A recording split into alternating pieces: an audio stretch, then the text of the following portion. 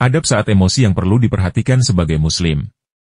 Sebelum lanjut, yang subscribe insya Allah akan masuk surga. Berikut beberapa adab saat emosi yang perlu diperhatikan oleh Muslim. 1. Jangan marah kecuali karena Allah. Ketika melihat hukum Allah Subhanahu wa Ta'ala dilanggar, agama dihina dan kemungkaran terjadi secara disengaja, sudah sepantasnya seorang Muslim marah.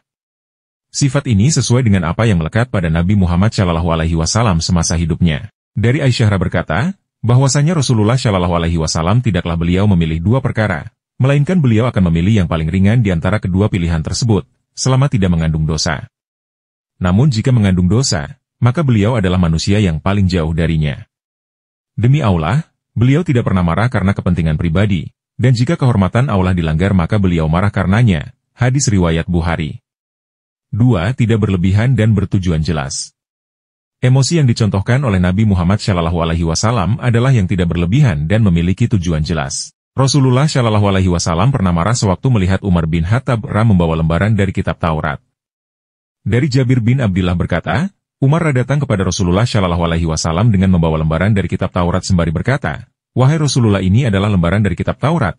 Rasulullah SAW kemudian terdiam, lalu membacanya, hingga raut wajahnya pun berubah.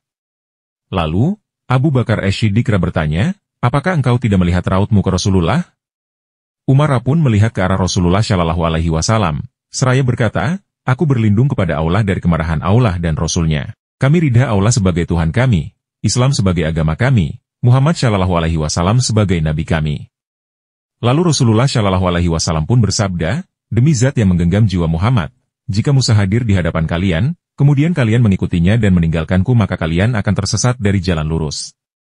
Bahkan seandainya Musa masih hidup dan menyaksikan kenabianku, niscaya dia akan mengikutiku." 3. Menahan amarah jika muncul. Adab lainnya ketika emosi adalah menahan amarah ketika muncul.